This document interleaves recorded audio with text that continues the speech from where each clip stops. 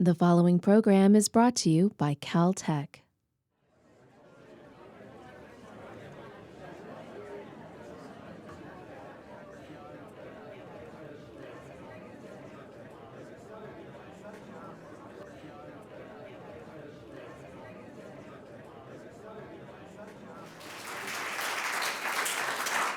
Thank you, Michelle. So today it's my pleasure to introduce our speaker, Dr. Andrea Donnellan. So Dr. Donnellan is currently a principal research scientist at NASA's Jet Propulsion Laboratory and is also a research professor of earth sciences at the University of Southern California.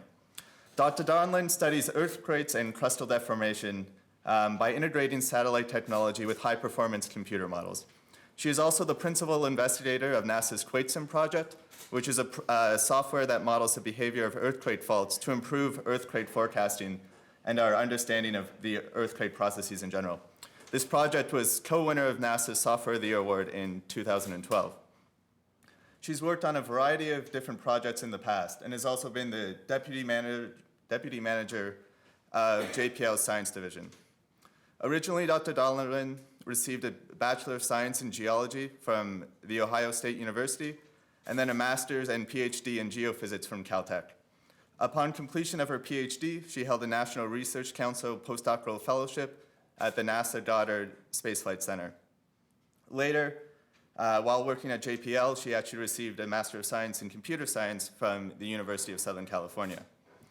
In addition to numerous technical awards, Dr. Donnellan has received the Presidential Early Career Award for Scientists and Engineers, awarded in 1996, the JPL Lou Allen Award for Excellence in 2000, the Women in Aerospace Award for Outstanding Achievement in 2003, and she was also named the Women of the Year in 2006 by the Muses of the California Science Center.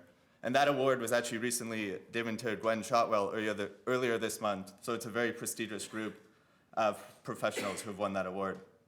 And finally, she even has a glacier named after her in Antarctica. So please join me in welcoming our speaker, Dr. Andrea Donnellan.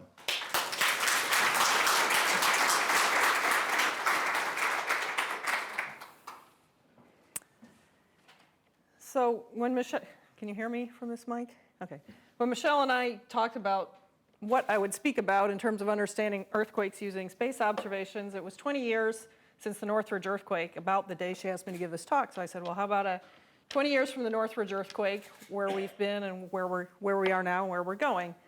So that's the topic of my talk. 2 weeks ago, we had the Habra Earthquake, so that's kind of the bookend of where we are now in terms of understanding earthquakes. I'll talk about primarily the Northridge earthquake, the 2010 Elmira-Kukapa earthquake, and then the 5.1 Habra earthquake that happened a couple of weeks ago. This is the San Andreas Fault here. You can see it from space. This is in the Carrizo Plain. And I'll talk about it a little more. Here's, and you can see it if you fly up and down from San Francisco. Sorry, I was trying to do science while I was giving my talk, so I'll just try to back off and give the talk and not do science. Here's the other end of the San Andreas Fault. I'll show you a map in a minute. This is near Palm Springs. I was flying over a couple of weeks ago. And here's the southern expression of the San Andreas Fault. Again, you can see that from space. It's a very long fault, but it's also very complicated. And it's not the only fault, as I'll point out. So just to give a brief history of earthquake studies, back in 132 AD, the Chinese invented the seismometer, which told you the direction that an earthquake was by the balls falling out of these little dragons' mouths. Now I hear a mic. The first seismometer was in 1855, which measured the time, duration, and intensity. In 1880, these people invented a seismometer to measure waveforms. In 1950, 15 continental drift was first proposed and then more accepted in its current form as plate tectonics in the 50s. And the Richter scale was born around 1935, which measured the intensity of the earthquake. Now, all of these, except for continental drift, measured the shaking of an earthquake, the waveforms, well, not necessarily the waveforms, but the expression of the shaking of the earthquake in some form. Hanks and Kanamori figured out around 1979 that the slip on the fault times its area can correspond to a magnitude of an earthquake by estimating the moment of an earthquake and then making that correlate with the magnitude of an earthquake, which mapped roughly to the Richter scale, but in terms of science, the Richter scale is really obsolete. It's reference to an earthquake in California, 100 kilometers away from a seismometer. In 1984, Space Geodesy was born for studying plate tectonics. This is very long baseline interferometer. It's a huge dish that measures quasars, and they figured out if you had these on different tectonic plates, you could actually measure the plate motion. GPS was first applied to studying earthquakes or studying crustal deformation in 1991, and then interferometric synthetic aperture radar in 1994. So 1992, well, the paper came out in 94 for a 92 earthquake. So I'll be talking about everything from the 1980s to present. This is the western United States. Here's Baja California. The Gulf of California is actually spreading open. This is the Salton Sea. Los Angeles is down here. The San Andreas Fault runs up through the Carrizo Plain. So the two areas I showed you, the first slide on the title slide was the Carrizo Plain up here. The other was the San Andreas Fault down here. Nevada is spreading. The Basin Range is spreading. The Juan de Fuca plate is subducting under Oregon and Washington and can produce very large Cascadia earthquakes. And then the Pacific plate is moving up to the northwest, and the North American plate is moving down into the southeast. So Southern California is in a very complex area where it's bounded by spreading down here in the Gulf of California, spreading across the Basin Range, shearing from the Pacific North American plate boundary.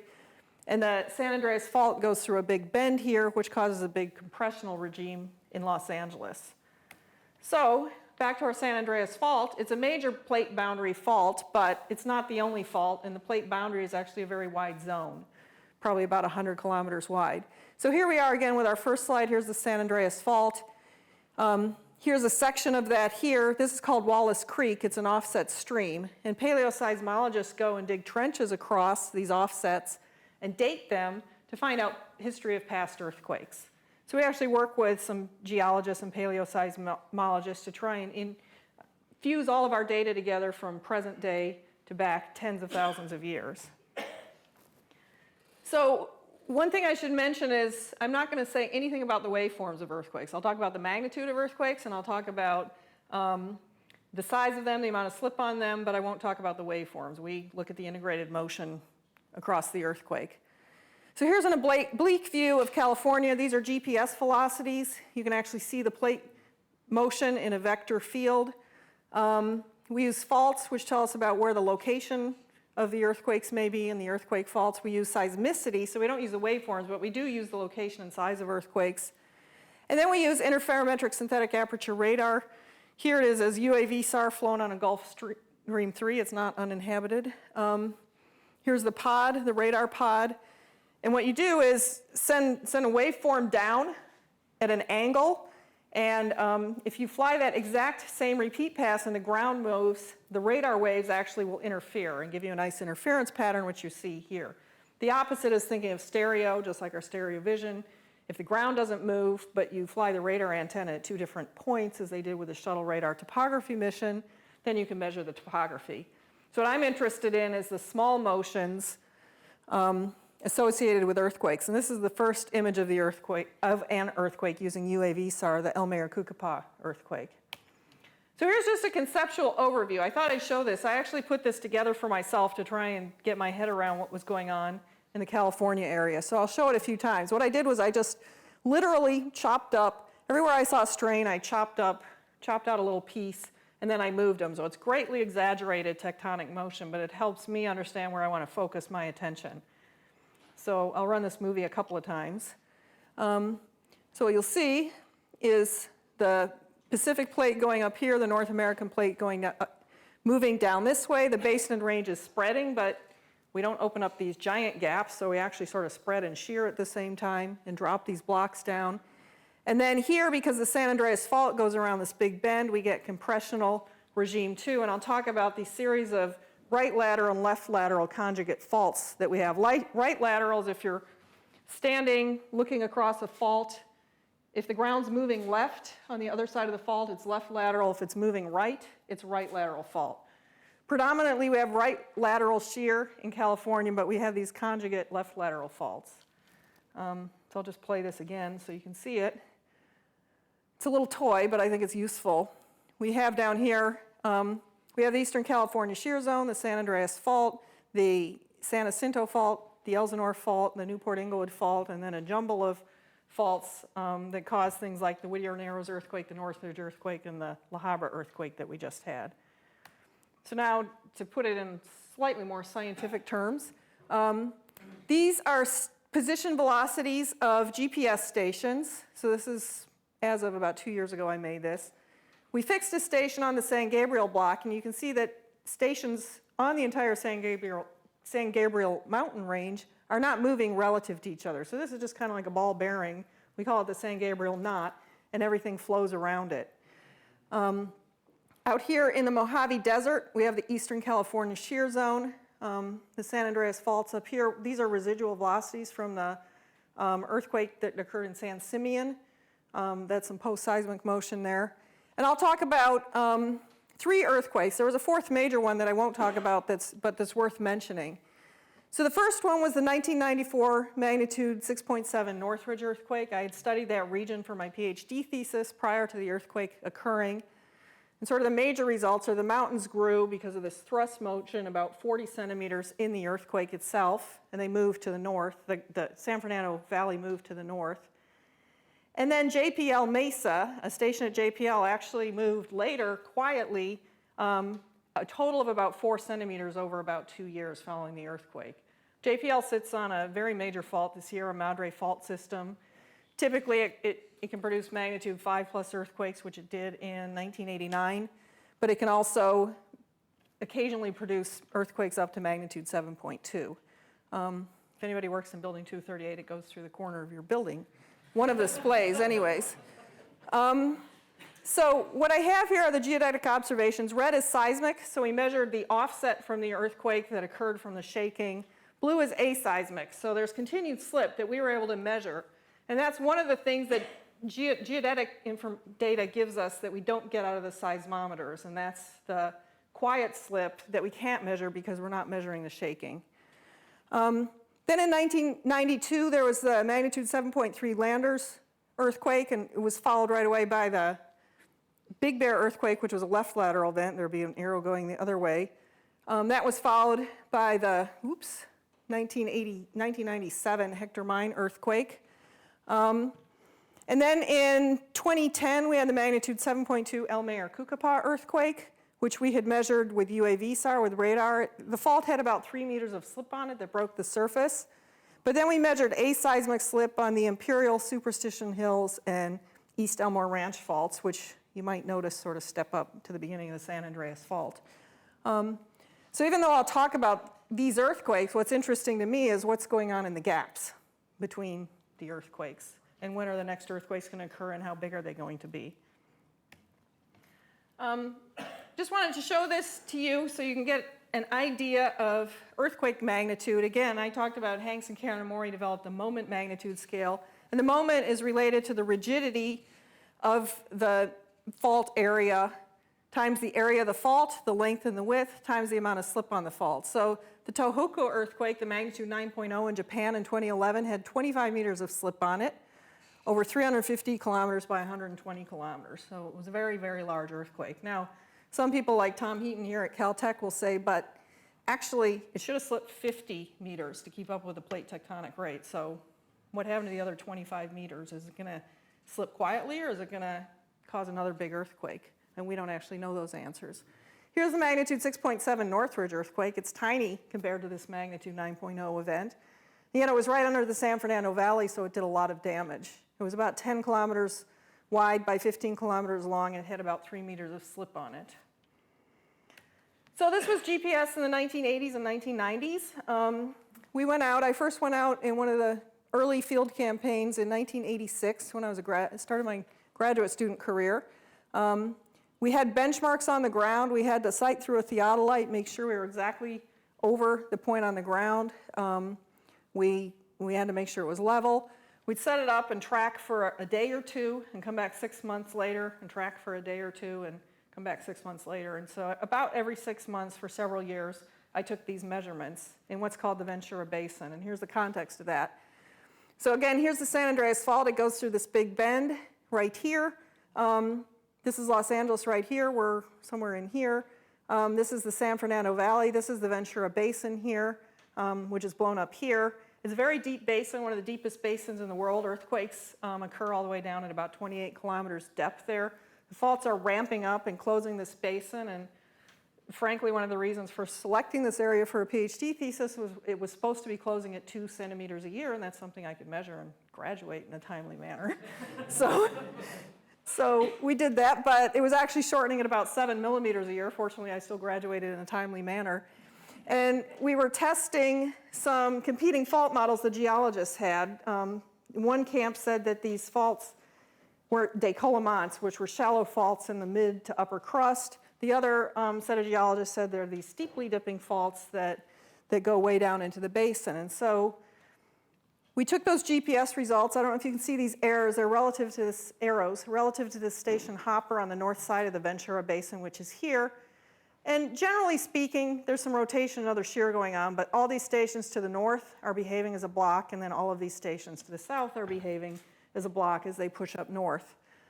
So we took a profile through here, and you can see a very steep gradient across the basin. Again, though it's not the 2 centimeters a year, it's more like 7 millimeters a year.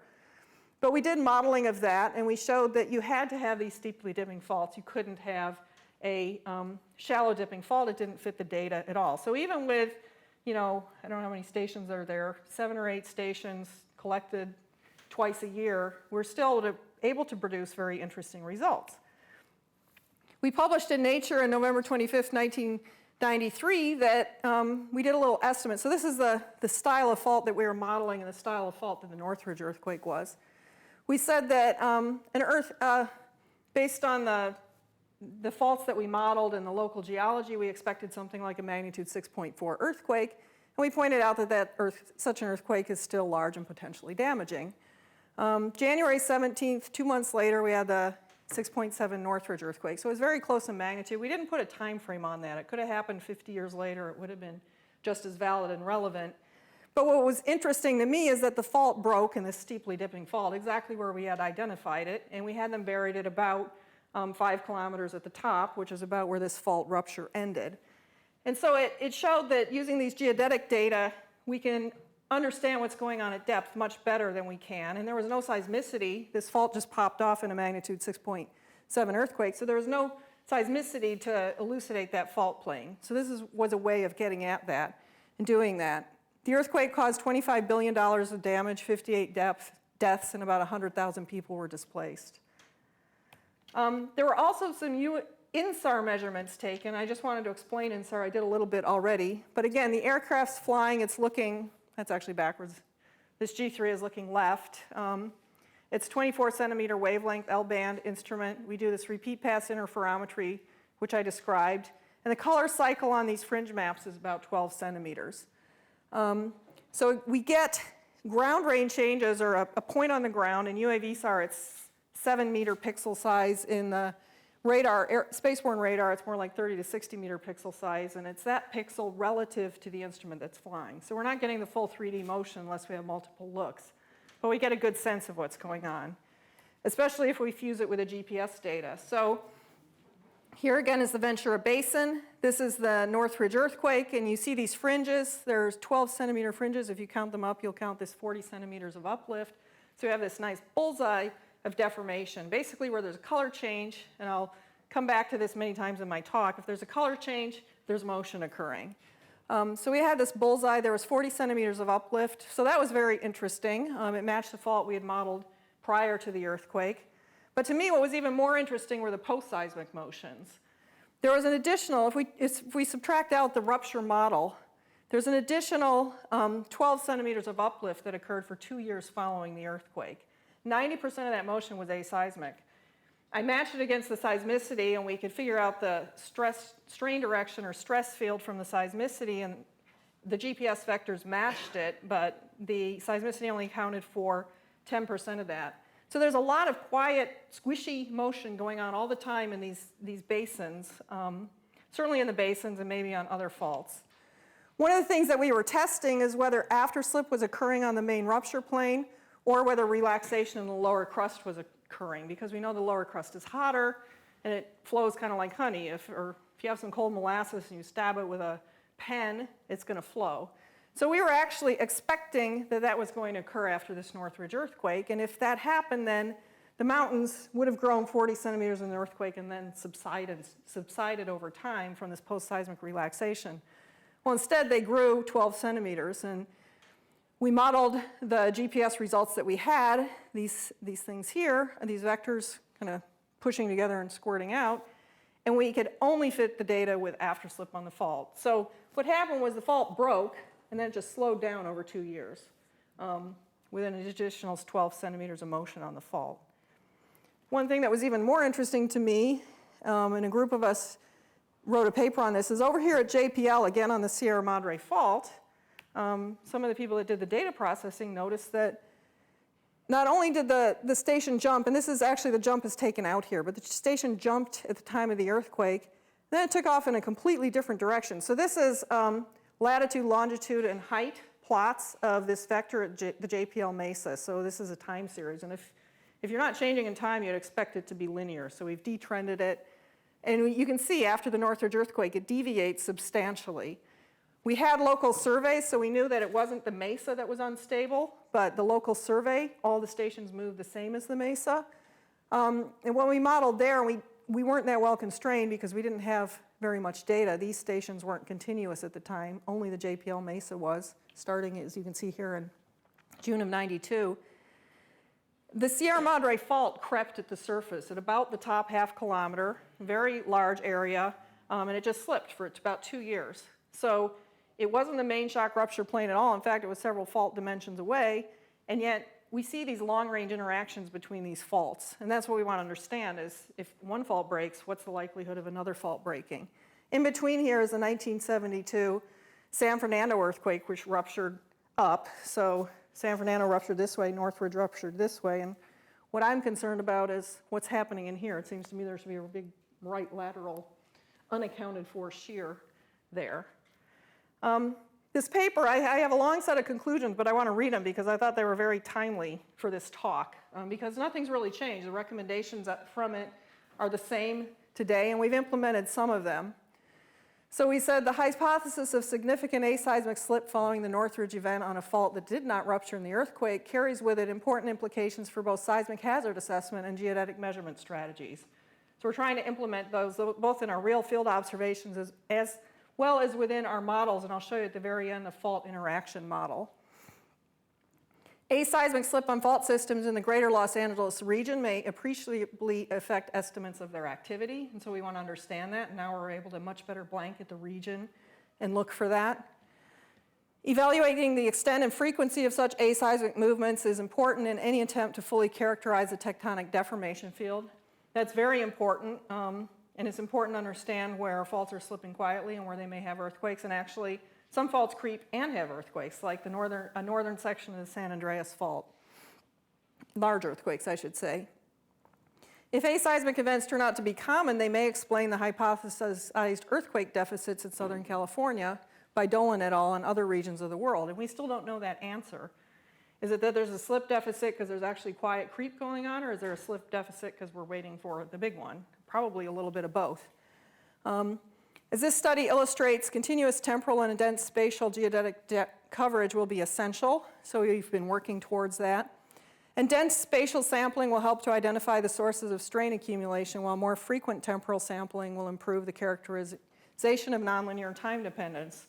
When we set out in the 80s to measure plate tectonic motions and motions in LA, we just assumed they were linear and you might have a jump in an earthquake. But not only are they nonlinear, but they're not even necessarily predictable in a manner that we would expect to see this sort of elastic strain rebound. It's much more complicated than that.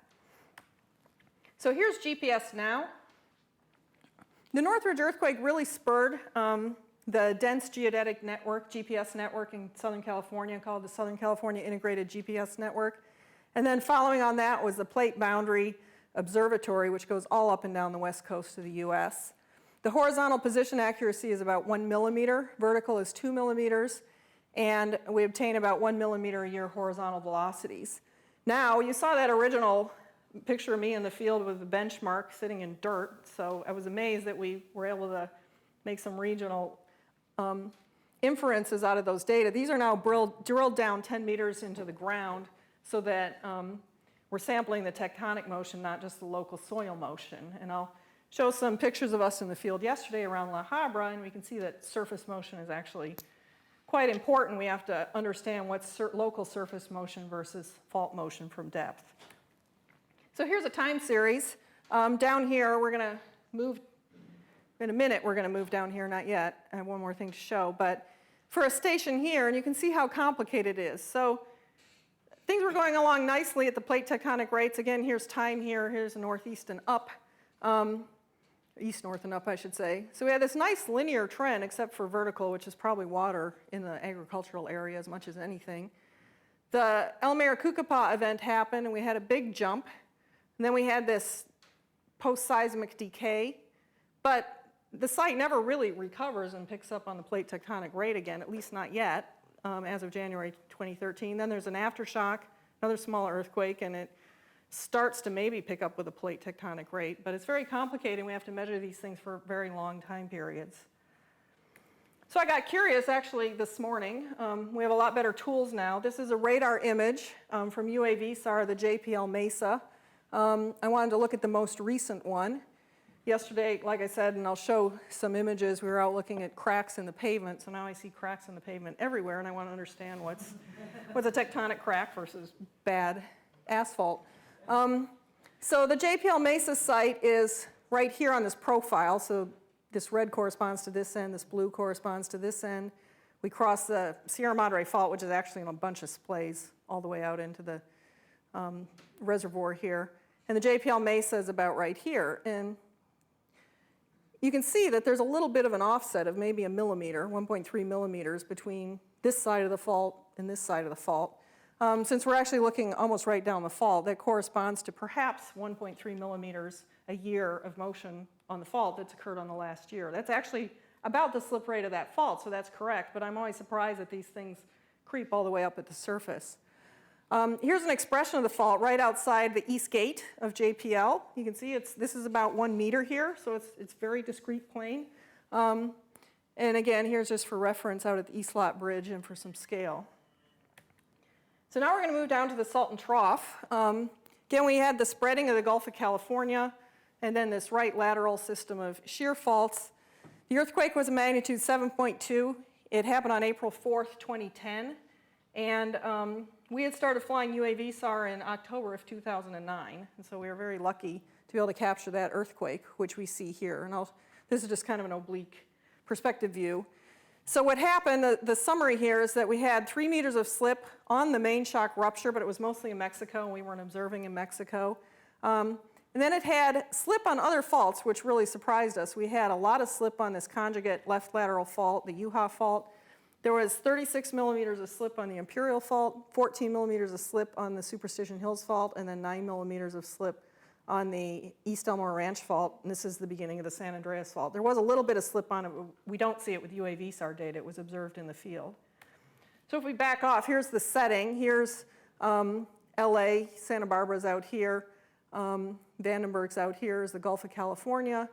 Here's the size of the interferograms that we get. Here's several stacked together. Here's the faults of the region. And here we have all this deformation. Again, where there's fringes, there's a lot of motion. And then we have small amounts of slip on these faults. What we have to do, though, is disentangle these really huge overprints from these really tiny motions that we're measuring. So if we take a profile just across the earthquake rupture area, the northern end, this is ground range change. So the instrument is flying west, looking down to the left. So these are pixels on the ground relative to the aircraft, but they're moving away on the right side here. It's a right lateral fault, and they're moving towards the aircraft on the left side. So we have this big shear here. Again, there was 3 meters of motion here. Across this interferogram, we see about 60 centimeters of ground range change, and the slip on the faults was at the millimeters to centimeter level. So it's a little bit difficult to assess what happened to the faults at depth because it's difficult to disentangle those processes. But again, the summary, you can see, I don't know if you can see it here, but maybe you can imagine it. There's the Imperial fault comes up through here.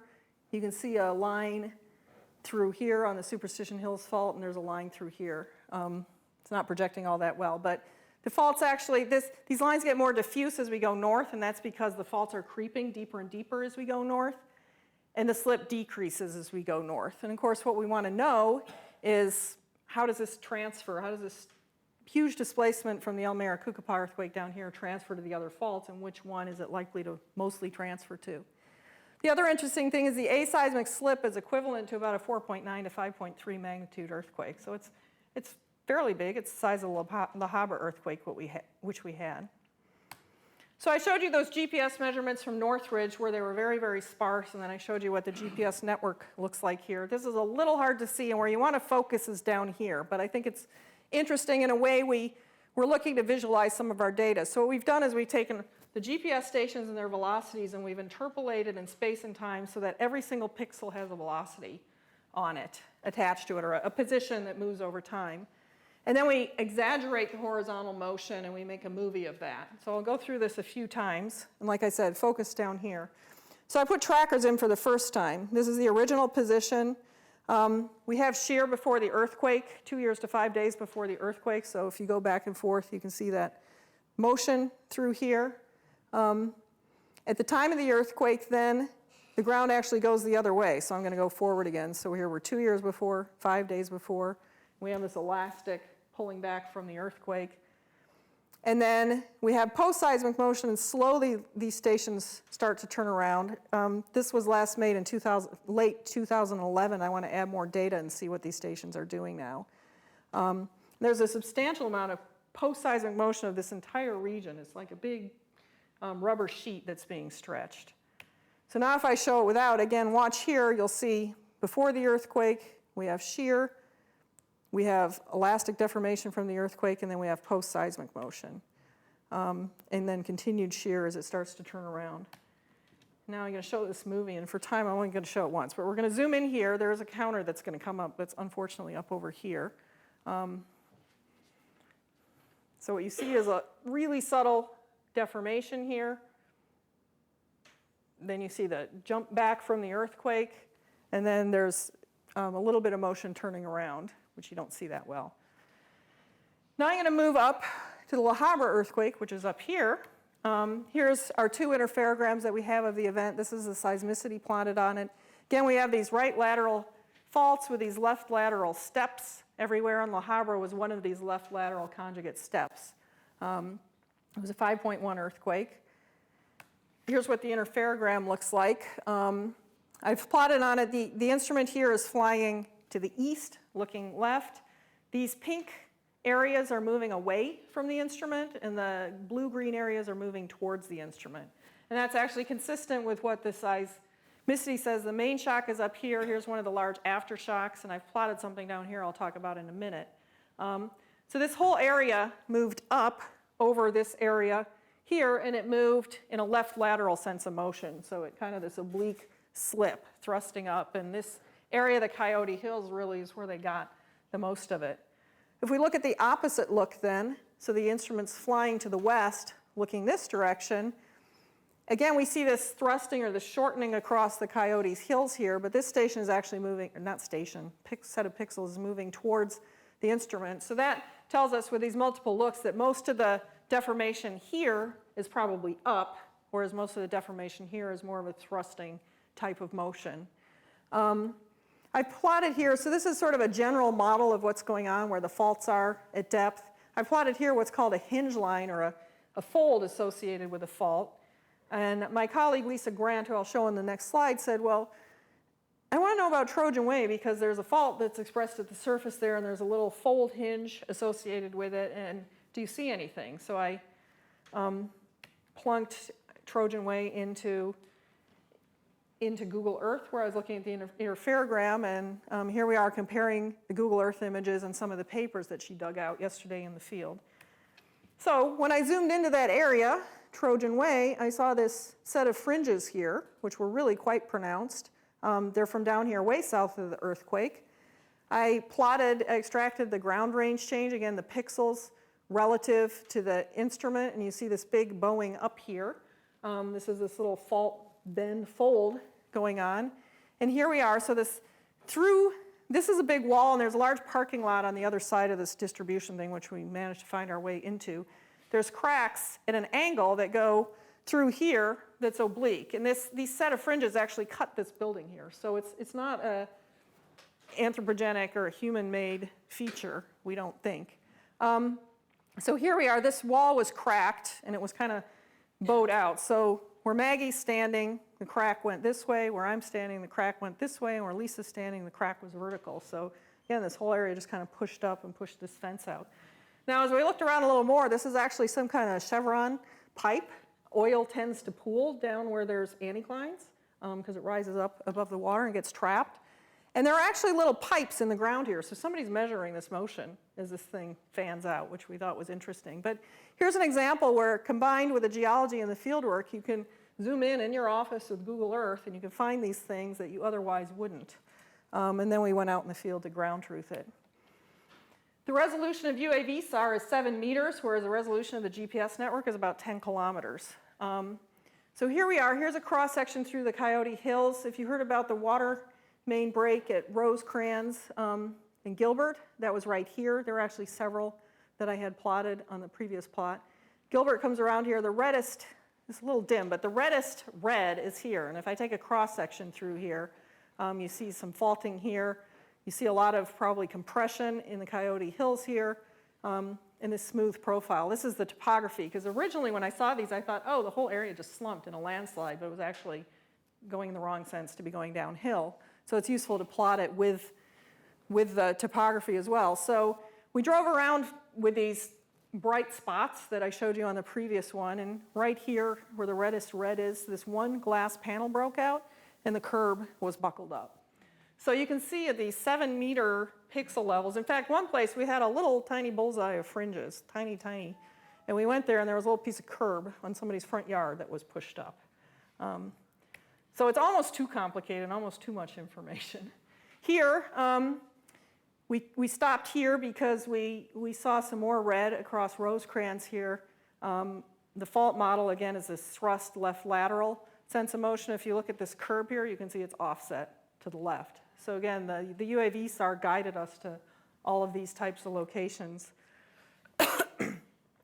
Here was another one. John Cassani came with us yesterday, and I was walking along in this spot here with my head on the interferogram on the piece of paper, and I'm counting houses because the interferogram was faded out.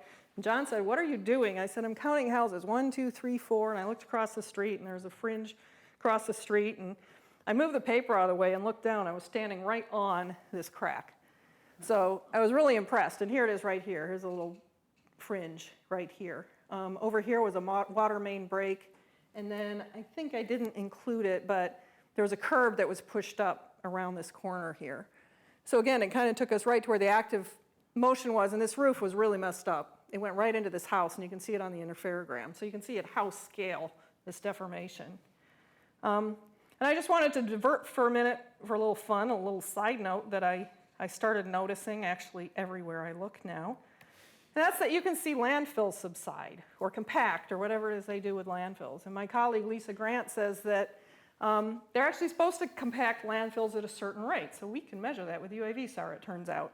Here's one of them, the Puente Hills landfill. It's the largest landfill in the world. If you draw a section through it, you'll see about 28 centimeters of vertical subsidence, or well, assuming it's all vertical, it's about 20 centimeters, but if you project it to vertical, it's 28 centimeters of vertical subsidence across the landfill in a 2-month period. We had one flight we did 8 hours apart on a certain day because we wanted to see if we could see solid earth tides across faults. And the same landfill subsided by about 3 centimeters in that 8-hour period. And in a different 2-month period, it also subsided by 28 centimeters vertically, so maybe they're driving around compacting the trash at the rate at which they're supposed to be doing that. I don't know. But I thought that was interesting. There's several in just this interferogram, several landfills, and you can see compaction or subsidence on all of them. One of the important things, it's interesting result, but we have to make sure we separate all these things out so that we're really getting at what the faults are doing and not what our garbage is doing or what the local landscaping is doing. I just wanted to wrap up with this simulation.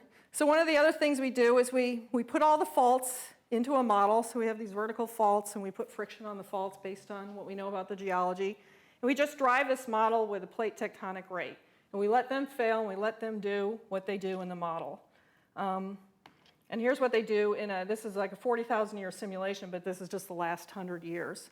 So what we want to do, all these red things popping off are earthquakes, as we would see them from a radar satellite if it were flying. You see these 7.5, 6.6, 7.1. Over here we have the number of earthquakes versus the magnitude, and you want to make sure that corresponds to the scaling relation we see in the real seismicity. We're coming up here to a large, magnitude 8.0. You'll see in a minute. On this section of San Andreas that hasn't failed in a long, long time. And as I said, we're worried about what's going on in between where the earthquakes were. Well, the San Andreas Fault is one of those spots. And what we do then is we take these interacting fault models and we do statistics. So we want to see if there's an earthquake down here in Mexico, what does that say for the LA Basin faults? Do they tend to break after that event more often or not, statistically? One of the results that we came up with many years ago is if you have a Landers type earthquake, then you should have an LA Basin type equivalent earthquake within about 20 years. And it's now 23 years since the Landers earthquake. So are we concerned about the uptick in seismicity? Yes. Do we know exactly what that means? No. So to conclude, the geodetic measurements allow observation of seismic and aseismic ground motion. It's providing insight into earthquake fault processes and interactions between faults. And the continuous GPS and particularly systematic INSAR provide unprecedented details of earthquake fault behavior and interactions. I should mention that Northridge post-seismic motion, we were lucky to have one data take right before the earthquake. We weren't able to get another one until 2 years after the event. Now, with UAVSAR, we fly about every 6 months, and with a US dedicated mission, we'll fly a repeat of about 12 days for INSAR, which should really change the way we understand faults. It's useful for addressing our exposure and responding to these disastrous events. So if we go back to the 80s, there were a handful of infrequently measured GPS stations. If we go back to the 90s, there was an advent of INSAR and continuous GPS measurements. In the 2000s, we had dense continuous GPS networks up and down the west coast of the US. In the 2010s, we have UAVSAR, and the US INSAR mission just went to phase A about 2 or 3 weeks ago, and that should launch in the 2020s.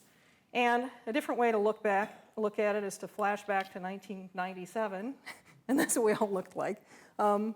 He's working on InSight on the seismometer, going to Mars. Greg, Maggie, me, and Jay Parker, all part of the QuakeSim team. Mike Heflin produced the Velocities I showed from the GPS. Mike Watkins works on GRACE. He's retired, and Jim Zumberg is, I don't know, division manager or deputy division manager or something. So we're all pretty much still here and still working together. With that, I'll get rid of that, and here I am today.